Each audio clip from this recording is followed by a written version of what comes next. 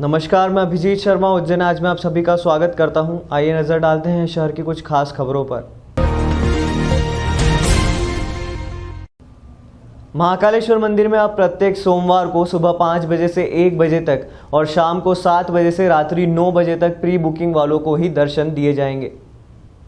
Ujjain collector एवं अध्यक्ष महाकालेश्वर मंदिर प्रबंध समिति आशीष सिंह ने बताया कि श्रावण मास में प्रत्येक सोमवार को प्रातः 5 बजे से दोपहर 1 बजे तक एवं शाम 7 बजे से रात्रि 9 बजे तक केवल प्री बुकिंग से ही सामान्य दर्शन होंगे। सभी दर्शनार्थियों से आग्रह किया गया है कि वे प्री बुकिंग कराकर कोविड प्रोटोकॉल के तहत वैक्सीनेशन सर्टिफिकेट अथवा 48 घंटे पूर्व की कोविड नेगेटिव रिपोर्ट साथ लाकर निर्धारित स्लॉट में ही दर्शन करने आए। बिना बुकिंग के दर्शन की अनुमति नहीं दी जाएगी।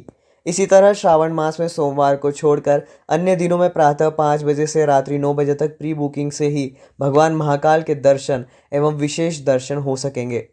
शनिवार, रविवार व सोमवार की प्रवेश व निर्गम की व्यवस्था इस प्रकार रहेगी। श्रावण मास में प्रत्येक शनिवार, रविवार, सोमवार प्रवेश एवं निर्गम 4 धाम से होगा। प्रसाद, शीघ्र दर्शन, सामान, जूता स्टैंड और पार्किंग की व्यवस्था 4 धाम पार्किंग के पास से रहेगी। सोमवार को सामान्य प्रोटोकॉल तथा शीघ्र दर्शन व्यवस्था प्रतिबंधित रहेगी। कोविड प्रोटोकॉल के तहत वैक्सीनेशन सर्टिफिकेट या 48 घंटे की कोविड नेगेटिव रिपोर्ट ज़रूरी है। पुजारी, पत्रकार, ड्यूटीरत कर्मचारियों, अधिकारियों की प्रवेश व्यवस्था गेट नंबर 4 से होगी। हार, फूल इत्यादि की बिक्री त्रिवेणी संग्रहालय मार्ग से रहेगी। महाकाल घाटी और बेगमबाग मार्ग पर दर्शनार्थियों का आवागमन निषेध रहेगा। क्या किया जाएगा?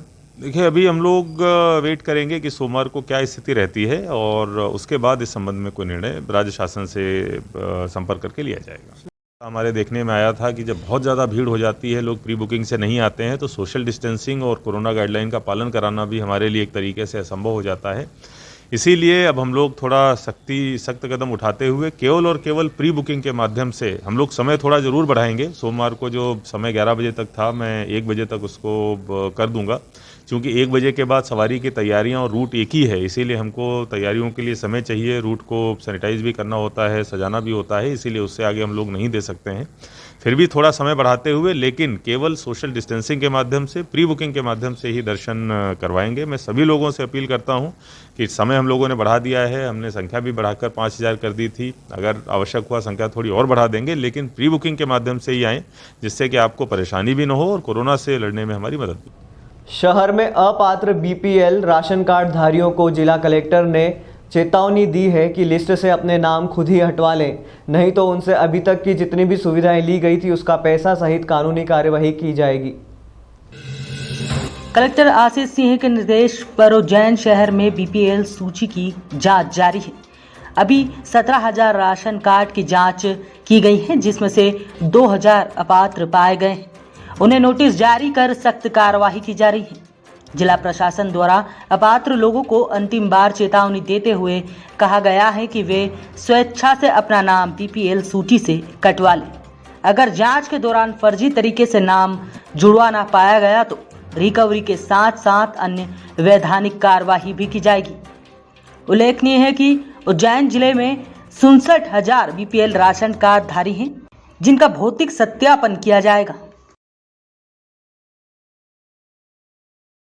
पहले से भी सूचना आ रही थी और संज्ञान में भी आया है कि हमारे जो बीपीएल कार्ड हैं, अगर केवल हम अभी उज्जैन शहर के ऊपर फोकस कर रहे हैं, लगभग 64,000 बीपीएल के कार्ड जो बने हुए हैं, अर्थात लगभग 64,000 परिवार जो हैं वो गरीबी रेखा के नीचे आते हैं। 1 लाख के आसपास हमारे पूरे के पूरे परिवार हैं अगर उज्जैन शहर की बात करें, तो यही दिखाता है कि निश्चित रूप से 60-64% अगर बीपीएल कार्ड जारी हुए हैं तो इसमें कहीं न कहीं बहुत अनियमितता है। और ये कोई एक दिन का नहीं है, मतलब वर्षों से जो बीपीएल जारी होते रहे हैं, फिर अलग अलग उनका कंटिन्यू होता रहा है।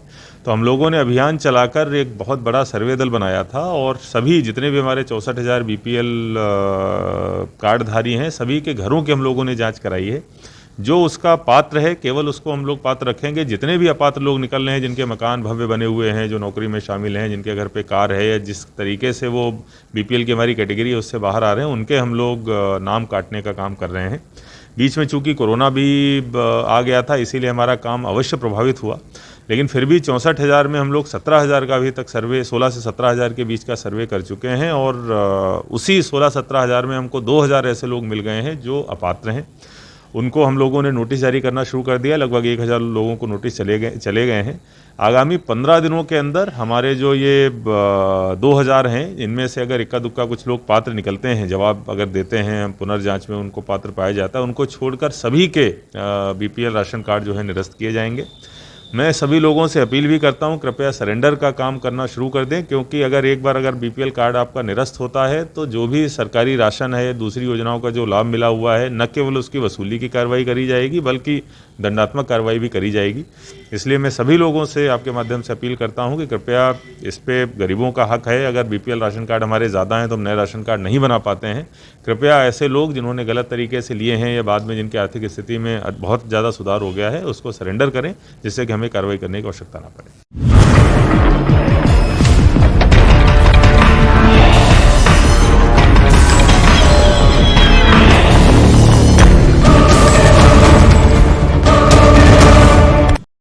आइए नजर डालते हैं बढ़ते अपराधों पर।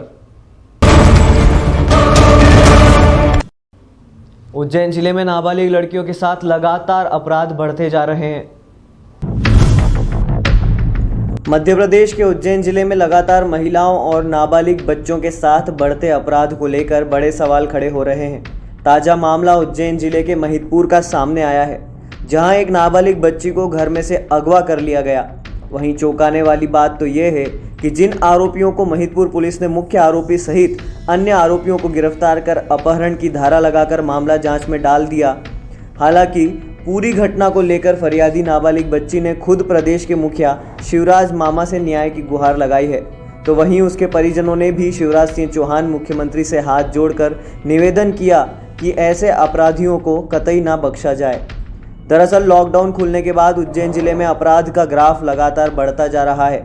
हालांकि कुछ अपराधों में पुलिस को सफलता भी मिल रही है, लेकिन संगीन अपराधों की अगर बात की जाए, खासकर महिला और नाबालिग बच्चों से जुड़े मामलों को लेकर, तो इसमें महिदपुर थाने के TI साहब दिनेश भोजक खुद हैरत में पड़ जाते हैं कि आखिर एकाएक घटनाओं का ग्राफ कैसे बढ़ता जा रहा है। वहीं दूसरी ओर आम जनता की बात की जाए तो निश्चित तौर पर परिजनों में इस बात को लेकर भय व्याप्त है कि पुलिस के रहते जब नाबालिग बच्चियों को घर से अगवा कर लिया जाता है तो आगामी कुछ दिनों में स्कूल खुलने वाले हैं, तो ऐसे में बच्चियां किस तरह से अपना सफ़र तय कर स्कूल पहुंचेंगी, यह बहुत बड़ा सवाल सुरक्षा को लेकर खड़ा होता है। क्योंकि हाल ही में घटित इस तरह की घटना ने मासूम बच्चियों के चेहरे पर बहुत बड़ा खौफ बैठा दिया है। बहरहाल अब देखना यह है कि इस तरह की घटनाओं को लेकर पुलिस ने जो ऑपरेशन मुस्कान चला रखा है, उसके तहत महिला और नाबालिग बच्चियों के मामले में गठित अपराध करने वाले अपराधियों पर कितनी सरगर्मी से शिकंजा कस सलाखों के पीछे भेजती है। सीधा सीधा कहा जाए तो मामला मासूम बच्चियों से जुड़ा हुआ है। देखो, मैं मेरे घर वालों के साथ सो रही थी, मेरे मम्मी पापा और सब थे। जब मैं पीछे बाथरूम करने गई, कोई लोग आए थे और मेरे मुंह पे कने डांटा मारा, क्या सूंघा है, मेरे को बेहोश करके फिर कहीं पे ले गए ये मेरे को पता नहीं। फिर जब मेरे को होश आया, वहाँ पे पूरा जंगल ही जंगल था और मैंने पूछा मेरे को कहाँ लिया है, तो उन्होंने कुछ नहीं बताया और अभी उनको पुलिस ने भी पकड़ लिया है। वो शिवराज मामा से बोले और उनको मेरे को इंसाफ दिला। मैंने उनका मोबाइल भी छीन के ला के दिया थाने में। रात में मेरी बच्ची को हमने 1-1:30 बजे देखा, उठा उसकी मम्मी उठी थी और 1-1:30 बजे देखा उसको, तो बच्ची नहीं मिली हमारे को, ठीक है नहीं। फिर हमने उठा बाहर, हमारे परिवार वाले को बोला, इधर उधर सब ढूंढा तो हमारे को नहीं मिली। फिर हम थाने पे गया, FIR करा, फिर उन्होंने भी ढूंढा, हमने भी ढूंढा और जिसके दूसरे दिन बच्ची रात में 11:30-12 बजे के अंदाज में घर आई भग के और उन अपराधियों का मोबाइल छीन के लेके आई और वो मोबाइल हमने जाके ऐसा कैसा थाने पे दिया। हम शिवराज मामा से यह चाहते हैं कि उनको अच्छी की अच्छी और कड़ी से कड़ी सजा मिले। और मेरी बच्ची 14 वर्ष थी, कोई बाली उम्र वाली नहीं थी, नाबालिग मेरी बच्ची थी।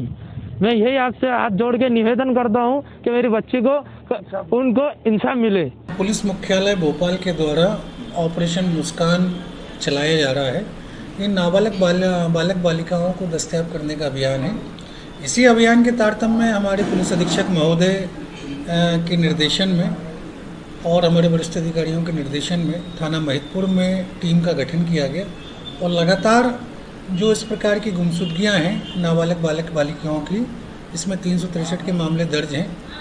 टीम के द्वारा लगातार क्षेत्र में दबिश की गई, मुखबिर तंत्र को सक्रिय किया गया। इसी के परिणाम स्वरूप हमारे यहाँ के अपराध क्रमांक 486/18 जो वर्ष 2018 से पेंडिंग चला आ रहा है, इसमें अपहर्ता उषा भोई निवासी गयाखेड़ी की हैं, जिनकी गुमशुदगी अपहरण के रूप में की गई थी। इसी के तारतम्य में टीम के द्वारा लगातार प्रयास करके इसको दस्तयाब किया गया है। इसमें उषाबाई को दस्तयाब किया गया है, साथ ही आरोपी राकेश भोई करके हैं निवासी मंदसौर के, उनको इस अपराध में गिरफ्तार किया गया है। इसी अभियान के तारतम्य में एक दूसरा अपराध 354/21 है, जिसमें अपहर्ता किरण गाड़ोलिया उम्र 15 वर्ष निवासी 12 पत्थर की हैं, जिनकी गुमशुदगी दर्ज की गई और अपराध 363 का मुकदमा इसमें दर्ज किया गया। अपहर्ता किरण को भी हमारी पुलिस टीम के द्वारा लगातार कड़ी मेहनत के बावजूद इनको दस्तयाब किया गया है और इसमें आरोपी रवि राठौर और उसके सहयोगी आरोपी धारा सिंह और लक्ष्मी नारायण को भी गिरफ्तार किया गया। महाकाल मंदिर में आने वाले श्रद्धालुओं को लूटने के इरादे से आए अंतर्राष्ट्रीय गैंग के कुख्यात 17 आरोपियों को पुलिस ने गिरफ्तार किया है। महाकाल मंदिर में आने वाले श्रद्धालुओं को लूटने आए अंतर्राज्य गैंग के 17 कुख्यात आरोपियों को पुलिस ने गिरफ्तार किया है। जानकारी मिलते ही यूपी पुलिस भी उज्जैन पहुंची है। ये सभी आरोपी राजगढ़ के रहने वाले हैं, जिनकी पुलिस को काफी समय से तलाश थी। हम आपको यहाँ बता दें, शनिवार, रविवार और सोमवार को बड़ी संख्या में महाकाल मंदिर श्रद्धालु पहुंचते हैं। इसी के तहत प्लानिंग कर ये सभी आरोपी श्रद्धालुओं को अपने टारगेट पर रखे हुए थे। इस पूरी गैंग ने एक प्लानिंग की थी और श्रद्धालुओं को अपने निशाने पर रखा था लूटने के उद्देश्य से। तो उज्जैन पुलिस ने एक बड़ी वारदात को होने से रोका है। तो यहाँ एक बार हम आपको फिर बता दें कि उज्जैन पुलिस को बड़ी सफलता हाथ लगी है और किसी बड़ी वारदात को होने से पहले ही रोक दिया है। जहां तक कि आप और हम सब जानते हैं कि सावन के महीने में महाकाल मंदिर और उसके आसपास के क्षेत्रों में लगातार बढ़ रही भीड़ को अपना निशाना बनाने आए ये सांसी गिरोह के कुल 17 लोगों को पुलिस ने पकड़ा है। ये सभी देश भर के धार्मिक शहरों और बड़े शहरों को निशाना बनाते थे, जिसमें उज्जैन, इलाहाबाद, बनारस, कानपुर, भोपाल, भीलवाड़ा, दिल्ली सहित शिवपुरी में पहले भी वारदात कर चुके हैं ये बदमाश। जिसमें पकड़ाए गए आरोपियों में से सभी पर अलग अलग राज्यों में विभिन्न धाराओं में मामले भी दर्ज हैं। उज्जैन एसपी की माने तो अगर ये आरोपी नहीं पकड़ाते तो आने वाले शनिवार, रविवार, सोमवार को उज्जैन में श्रद्धालुओं को टारगेट करने की पूरी प्लानिंग इन्होंने बना रखी थी। तो इनके निशाने पर थे उज्जैन बाबा महाकाल के दर्शन करने आए श्रद्धालु। इन सभी आरोपियों को पुलिस ने हिरासत में लिया है। उज्जैन पुलिस को सूचना मिली थी कि सावन के दूसरे सोमवार पर महाकाल मंदिर में आने वाले श्रद्धालुओं की भीड़ को देखते हुए कई अपराधी प्रवृत्ति के बदमाशों ने उज्जैन में डेरा डाल लिया है। पहले सोमवार को भी 25 से अधिक श्रद्धालुओं के मोबाइल और पर्स चोरी गए थे। मुखबिर की सूचना के आधार पर पुलिस ने 3 थानों की टीम बनाई और पुलिस ने धर्मशालाओं की छानबीन की जांच शुरू की। इस दौरान शिप्रा नदी स्थित एक धर्मशाला से पुलिस को भारी मात्रा में संदिग्ध लोग रुके हुए दिखे। पुलिस सभी को लेकर पूछताछ के लिए थाने लाई। पूछताछ के बाद पता चला कि यह सभी राजगढ़ जिले के रहने वाले हैं। उज्जैन एसपी सत्येंद्र शुक्ल ने बताया कि यह एक चोरी, डकैती, ट्रक कटिंग, लूटपाट करने वाली अंतर्राज्यीय गैंग है। पुलिस ने कुल 32 आरोपियों को गिरफ्तार किया है। इनमें से 17 आरोपियों पर अलग अलग थानों में आपराधिक रिकॉर्ड भी दर्ज हैं। बाकी संदिग्ध की पुलिस जांच कर रही है। पकड़ाए गए आरोपियों से 2 चौपहिया वाहन भी पुलिस ने बरामद किया है। कई अन्य आरोपी अलग अलग वाहनों से उज्जैन पहुंचे थे। पूछताछ में इन आरोपियों ने पुलिस को बताया कि ऐसे गैंग ने भोपाल, उज्जैन, आगर सहित राजस्थान के भीलवाड़ा, दिल्ली के अलावा उत्तर प्रदेश के कई शहरों में लूट, चोरी और डकैती की घटना को अंजाम दिया है। इन आरोपियों से अभी लगातार पूछताछ जारी है। पूछताछ करने के लिए उत्तर प्रदेश की बलरामपुर पुलिस भी उज्जैन पहुंची है। आरोपियों ने वहां एक शादी में लाखों रुपए के गहनों की चोरी की है। पुलिस सभी आरोपियों के रिकॉर्ड तलाश रही है। पूछताछ के बाद पुलिस इस मामले में बड़ा खुलासा भी कर सकती है। हम आपको यहाँ जानकारी बता दें किस तरह के ये आरोपी हैं, इन पे कितने प्रकरण दर्ज हैं। आरोपी करण उर्फ टाइम पास 9 मामले दर्ज, पवन झांसी गुलखेड़ी राजगढ़ 4 मामले दर्ज, अरुण सांसी गुलखेड़ी राजगढ़ 6 मामले दर्ज, गुरदीप सांसी गुलखेड़ी राजगढ़ 3 मामले दर्ज, राहुल सांसी गुलखेड़ी राजगढ़ 18 वर्षीय करण सांसी गुलखेड़ी राजगढ़, आशीष सांसी गुलखेड़ी राजगढ़, राहुल सांसी गुलखेड़ी राजगढ़, माखन सांसी गुलखेड़ी राजगढ़, अविनाश सांसी गुलखेड़ी राजगढ़, लखन सांसी गुलखेड़ी राजगढ़, बादल सांसी गुलखेड़ी राजगढ़, बलवंत सांसी गुलखेड़ी राजगढ़, जितेंद्र सांसी गुलखेड़ी राजगढ़ सहित अन्य आरोपियों को पुलिस ने पकड़ा है। ये सभी अधिकतर सांसी गिरोह राजगढ़ से ब्लेम करते हैं।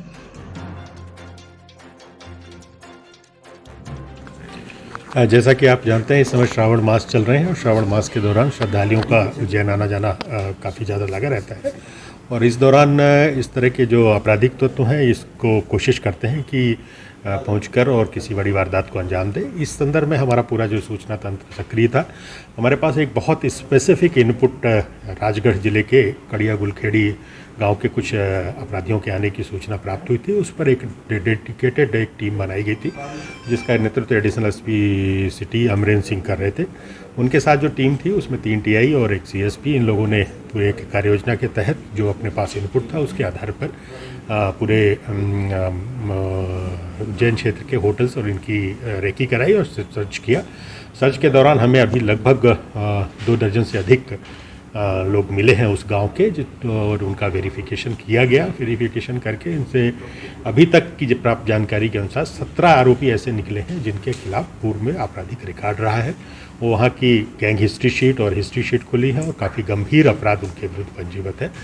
ये यहाँ निश्चित तौर पर किसी एक बड़ी वारदात को अंजाम देने की इरादे से यहाँ पहुँचे थे।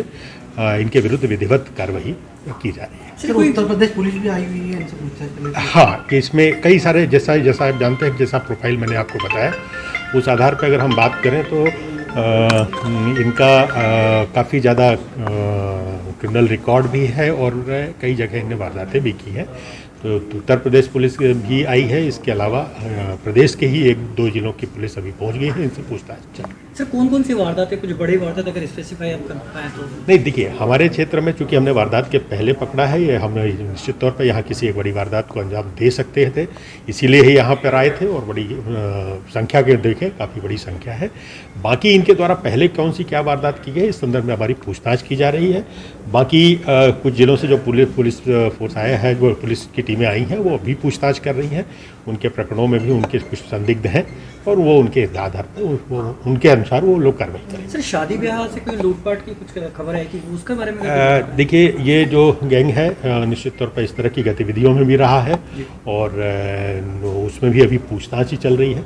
चूँकि अभी तत्काल में पकड़ा है और चूँकि काफ़ी ज़्यादा संख्या में है ये, तो पूछताछ और उसमें वेरिफिकेशन में टाइम लग रहा है, लेकिन इस तरह की वारदातों की भी संभावना है। सर ये यहाँ पर क्या वारदात करने के लिए आए थे? निश्चित तौर पे मैंने ऐसा कहा कि क्योंकि श्रावण मास चल रहे हैं और यहाँ श्रद्धालुओं को आना जाना लगा रहता है, तो उसको देखकर इनके लिए एक बड़ा अच्छा एक अवसर उन्होंने इसको लिया और यहाँ किसी बड़ी वारदात को अंजाम देने के लिए 17 आरोपी गिरफ्तार। हाँ। सर क्या अभी तक जब्त हुआ इनके पास?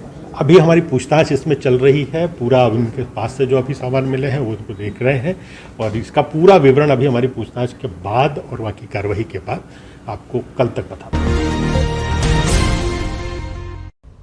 अब वक्त हो चला है एक ब्रेक का, मिलते हैं ब्रेक के बाद।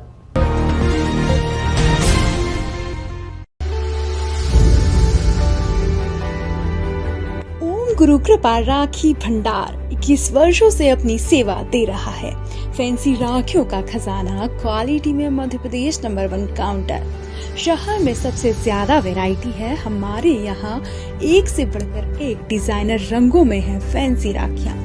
बन्ना डोरी, स्टोन राखियाँ, मेटल स्टोन राखियाँ, वुडन वाली राखियाँ, चूड़ा राखियाँ, भैया भाभी की एंटिक जोड़ा राखियाँ, बच्चों की टेढ़ी राखियाँ, फुंदा राखियाँ, ब्राह्मण राखियाँ, फ्रेंडशिप डे राखियाँ, चंदन राखियाँ, रामा पैटर्न राखियाँ, गुजराती कड़े महिलाओं के लिए। इसके अलावा और भी कई प्रकार की राखियाँ हमारे यहाँ उपलब्ध है। हमारा पता ओम गुरु कृपा राखी भंडार प्रकाश टॉकीज नई सड़क उज्जैन। Mobile number 9098858899 9424511811। आइएगा जरूर।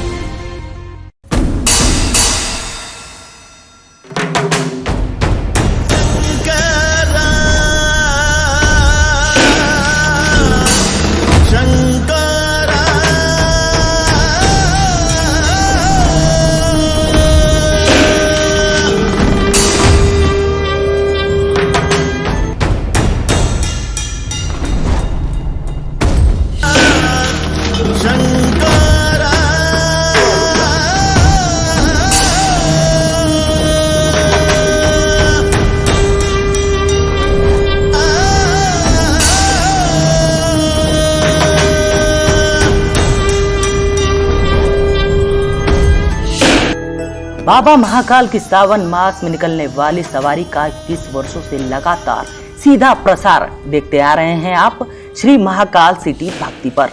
तो इस बार भी देखिए बाबा महाकाल की सवारी का सीधा प्रसार श्री महाकाल सिटी भक्ति पर, चैनल नंबर 123 पर। इसके अलावा आप कभी भी कहीं से भी हमारे YouTube, Facebook, ट्विटर पर अपने मोबाइल पर देख सकते हैं लाइव। तो अभी सर्च कीजिए हमारी वेबसाइट सिटी 24 उज्जैन और देखिए बाबा महाकाल का अनोखा दृश्य।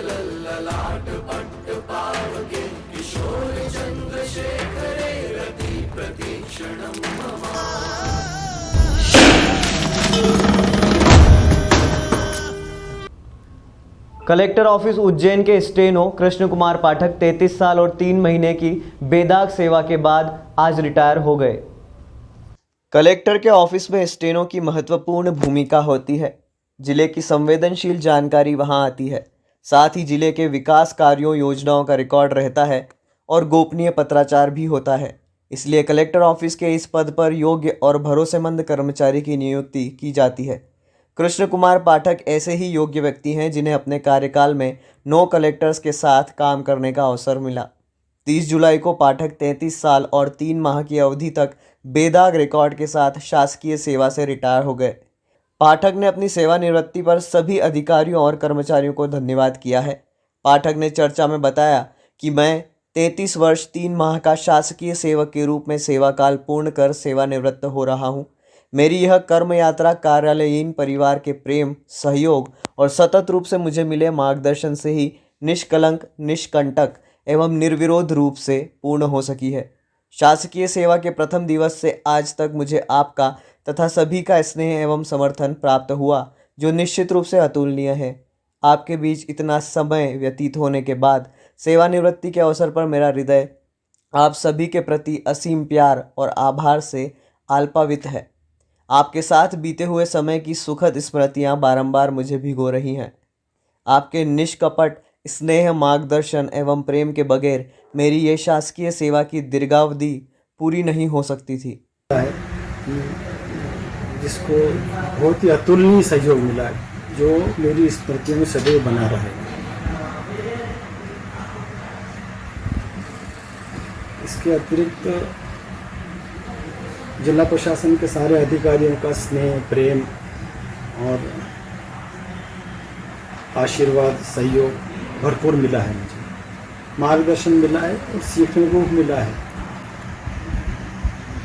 आज सेवानिवृत्ति के बाद में आप नई पारी आप शुरुआत करेंगे, नई पारी किस प्रकार से आप जो है परिवार के साथ रहेंगे, आनंद करेंगे, परिवार को समय देंगे, देव दर्शन करेंगे। कोविड-19 महामारी से हुई सरकारी कर्मचारियों की मौत के बाद अनुकंपा नियुक्ति दी जा रही है, जिसमें से 7 लोगों को नियुक्ति के पत्र भी सौंप दिए गए हैं। कोविड-19 से शासकीय कर्मचारियों की हुई मृत्यु के बाद उनके परिजनों को अनुकंपा नियुक्ति की योजना के अंतर्गत संभायुक्त संदीप यादव एवं कलेक्टर आशीष सिंह ने 7 पात्र व्यक्तियों को अनुकंपा नियुक्ति के नियुक्ति पत्र सौंपे।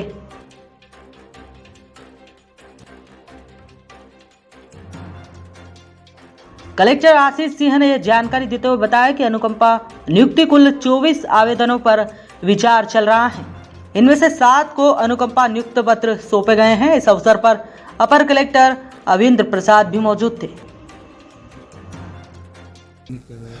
जो आज माननीय मुख्यमंत्री जी के द्वारा जो कोविड अनुकंपा नियुक्ति है उसका शुभारंभ किया जा रहा है, नियुक्ति पत्र वितरित किए जा रहे हैं। उज्जैन जिले में अभी तक हमने 7 ऐसे लोग आइडेंटिफाई किए हैं जिनको नियुक्ति पत्र का वितरण किया जाना है। उन सबको हमने बुलाया भी है। उनको वीडियो कॉन्फ्रेंसिंग के माध्यम से जब सीएम साहब वहाँ से शुरू करेंगे तो हम 7 लोगों को नियुक्ति पत्र जारी करेंगे।